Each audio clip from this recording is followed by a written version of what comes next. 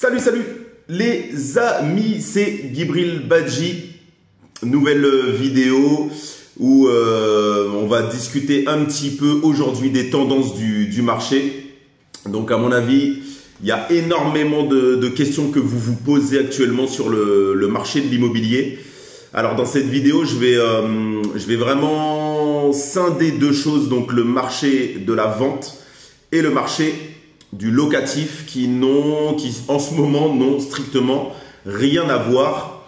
Au final, c'est relié parce que du coup le locatif est en train de bénéficier justement de ce qu'il se passe au niveau des ventes.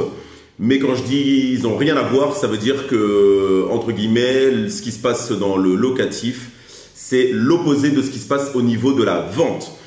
Voilà les amis, donc je vais faire bref, j'espère que tout le monde va bien, que vous êtes en forme en tout cas. Et donc c'est parti, vidéo, je vais démarrer par le marché de la vente.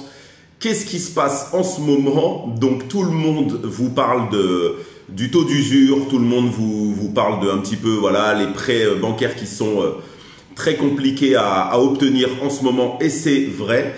Maintenant, ce qu'il faut bien comprendre, c'est que le marché qu'on a connu là, les 3, 4, 5 dernières années, c'était un marché qui était exceptionnel. Donc en fait, on est en train, simplement, il n'y a rien de dramatique au niveau de la vente, on est juste en train de revenir sur un marché un peu plus normal. Dans le sens où les délais de vente vont avoir tendance à se rallonger un petit peu, mais ça va être des délais, on va dire, entre guillemets, classiques. Là, des ventes en 24, 48 heures, même une semaine qu'on a connues là, les dernières années. Avant, c'était des choses qui n'existaient pas, faut bien l'entendre. Donc, il y a 10, 15, 20 ans, ces délais-là, c'était de l'ordre de... ça n'arrivait pas, tout simplement. Donc, on rentrait un bien à vendre, on mettait au minimum 3 semaines, 1 mois à le vendre. Mais voilà, les délais, c'était plus 2 à 3 mois. Là, le marché qu'on a connu, il était exceptionnel. Donc ça, faut bien le comprendre. Et dans cette vidéo-là, je vais vraiment essayer de vous donner des clés pour que vous compreniez un petit peu mieux ce qui est en train de se passer. Et qu'au final, le taux d'usure, l'État a mis ça en place pour protéger quand même les acquéreurs. Le but, c'est pas que 2008, ce qui s'est passé avec la crise américaine, revienne. Donc le but, c'est quand même de maintenir un marché immobilier qui soit stable et quand même sain. Voilà, le but c'est de pas faire n'importe quoi. Et donc par rapport au délai des vendeurs, là ce qui va arriver dans les mois qui arrivent, les délais vont se rallonger un petit peu. Forcément, il y a un petit peu moins d'acquéreurs, donc les vendeurs vont devoir simplement ajuster leur prix de vente. Donc, mais c'est pas dramatique, hein. Il n'y a pas de crise, il n'y a pas d'effondrement. Ça, je tiens à le dire dans cette vidéo. Et au final, c'est peut-être le fil rouge et le fil conducteur de ma vidéo. Pour l'instant, il n'y a pas de crack. Celui qui vous dit qu'il y a un crack immobilier actuellement ou qu'il est sûr que ça va arriver, eh ben, Madame Irma, en tout cas, c'est pas sur cette chaîne. Nous, on ne connaît pas l'avenir, mais en tout cas, à l'heure où je vous parle, il n'y a pas de crack. Les ventes se font. Quand on rentre un bien au juste prix, en face, il y a des acheteurs. Il y aurait un crack si même un bien au bon prix ne se vendait absolument pas et qu'il n'y avait pas d'appel, pas de visite. Là, ce n'est pas du tout le cas. Quand on est au bon prix, on a encore des visites et on a encore des appels. Que les choses soient bien claires. Donc voilà. Et donc par rapport au niveau de la vente, voilà, les délais se rallongent. Les vendeurs vont devoir être un petit peu plus, voilà, on va dire, raisonnables au niveau de leur prix de vente. Par rapport à la vente, il y a une autre chose que je voulais vous dire, mais ça va me revenir. Je vais m'en rappeler. Bon, en tout cas, ça va me revenir. Je vais passer sur la location.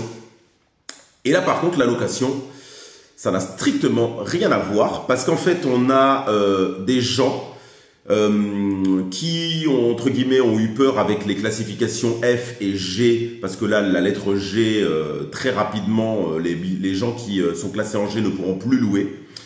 Et en fait, ce qui s'est passé, et ce que l'État n'avait pas prévu, en tous les cas, je parle pour mon secteur à moi, c'est que la tendance avait déjà commencé il y a 3-4 ans, c'est pas nouveau. Je ne vais pas vous mentir, c'est pas nouveau.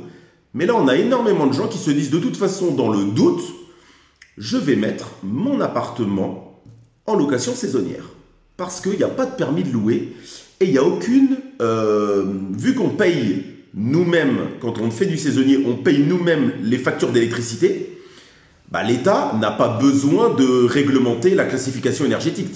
Puisqu'en réalité, le propriétaire se tire lui-même une balle dans le pied. Si son logement, c'est une passoire énergétique, de toute façon, c'est le propriétaire lui-même qui paye les factures. Donc, ça a retiré un certain nombre de biens sur le marché de la location annuelle. Et donc, en fait, la location saisonnière, le fait qu'il y ait des classifications en G, des gens qui se disent, tiens, je vais peut-être faire des travaux et revendre mon bien. Parce que du coup, si j'ai du mal à le louer en G, autant que je le mette à la vente et que je ne prenne pas le risque de... Voilà, de toute façon, je vais avoir un refus et on va vite m'embêter d'ici 2 à 3 ans. Entre parenthèses, ils sont déjà en train de... Je discutais avec un notaire hier et le notaire me disait qu'ils sont peut-être déjà en train de repousser le 2024 pour la lettre G. Donc, voilà.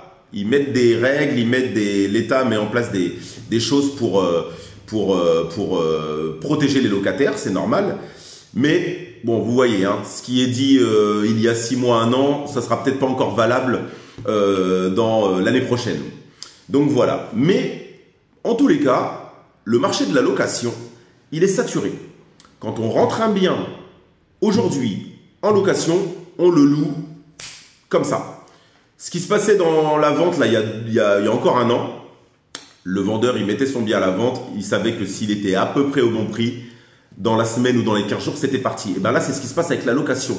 Les propriétaires bailleurs sont en position de force. On ne va pas se le cacher. On pensait que ça allait pénaliser les propriétaires avec voilà, la réglementation de F et G. Mais en tout cas, ceux qui sont classés à partir de E, parce que E, c'est 2034. Donc, c'est dans 2034, c'est dans 12 ans. De toute façon, ça, on sait que la lettre E, ce sera repoussé au minimum en 2040. Donc, à partir de E, tous ceux qui sont classés en E et D et en dessous, ils mettent un bien en location, c'est loué mais de toute façon, il n'y a pas de bien à louer actuellement.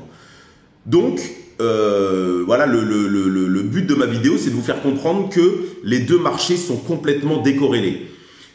Évidemment, il y a un lien entre eux parce que le fait qu'il y ait moins d'acquéreurs et qu'il y ait un peu moins de ventes immobilières fait qu'il y a plus de locataires. Donc, ceux qui mettent des biens en location sont en position de force. Mais en réalité, quand on dit, moi souvent on me dit, Gibril, si j'achète un bien, t'as vu, c'est la crise. Et en fait, non. Si tu achètes un bien pour le mettre en location, c'est absolument pas la même chose que si tu achètes un bien pour faire un achat-revente. C'est pas pareil que si tu achètes un bien pour en faire ta résidence principale. Donc déjà, ton achat, c'est vraiment, faut bien dissocier tous les types d'achats que tu vas faire. Mais si tu achètes aujourd'hui un bien pour le mettre en location, que tu es au minimum classé en E, tu es tranquille. Tu vas mettre ton annonce, ton bien, il va se louer, mais en... Voilà. Moi, j'ai eu un locataire là dans l'immeuble dans lequel on se trouve, hein, puisque le local est dans un de mes immeubles.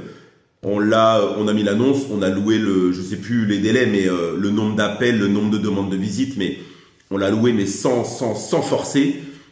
Et donc voilà les amis, je retrouve plus ce que je voulais vous dire, encore l'autre point au niveau de la vente immobilière.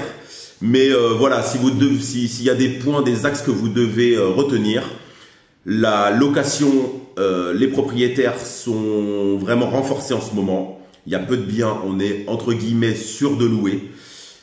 Au niveau de la vente immobilière, il va falloir ajuster les prix au niveau des vendeurs. Il ne faudra pas être trop gourmand et vraiment se mettre au juste prix du marché. Ça va être très très important si vous voulez vendre votre bien. Parce que du coup, vous étiez tout seul dans votre rue à vendre. Et dans les mois qui arrivent, certainement qu'il y aura 1 voire 2 voisins à vous qui ont la même maison que vous et qui mettront en vente en même temps que vous. Donc forcément, il y aura plus de concurrence. Au niveau des acquéreurs, les gens qui veulent acheter pour leur résidence principale, ne vous posez pas de questions, continuez d'acheter, vous allez toujours gagner plus d'argent que si vous restez en location. Clairement, au moins vous rembourserez du capital et vous allez rembourser un prêt pour une maison qui vous appartient. Pour le locatif, honnêtement, là vous pouvez commencer à foncer, ceux qui veulent faire du locatif. A contrario, c'est plus dur d'emprunter. Donc tous ceux qui pouvaient emprunter l'année dernière, il y a 2 ans et il y a 3 ans et qui ont attendu, bah désolé les amis, à l'époque on vous disait les gars, n'hésitez pas, c'est maintenant qu'il faut investir, il faut acheter. Oui mais les prix sont hauts, oui mais les prix sont hauts. Oui bah là les prix ils sont peut-être en train, on arrive sur un plateau, les prix commencent à stagner un petit peu, mais tu peux plus acheter. Donc voilà, tu aurais dû acheter il y a 2 ans, il y a voilà, quand on avait l'occasion. Donc voilà les amis, j'espère que vous avez eu quelques petites informations dans cette vidéo, voilà, de bien comprendre la différence entre le locatif et l'acquisition d'un bien pour sa résidence principale. N'hésitez pas à liker la vidéo, à la partager à un ami qui est intéressé par l'immobilier. Si le métier de conseiller immobilier vous intéresse et vous attire, vous pouvez m'envoyer un petit message en privé. Donc sur mon Facebook, mon Instagram, Djibril Badji Immobilier. Voilà, mettez un petit pouce pour faire booster cette vidéo et me la faire péter. Vous pouvez mettre un petit like, ça fera pas de mal non plus. Et vous abonner à la chaîne également. Allez les amis, à très bientôt. Ciao ciao.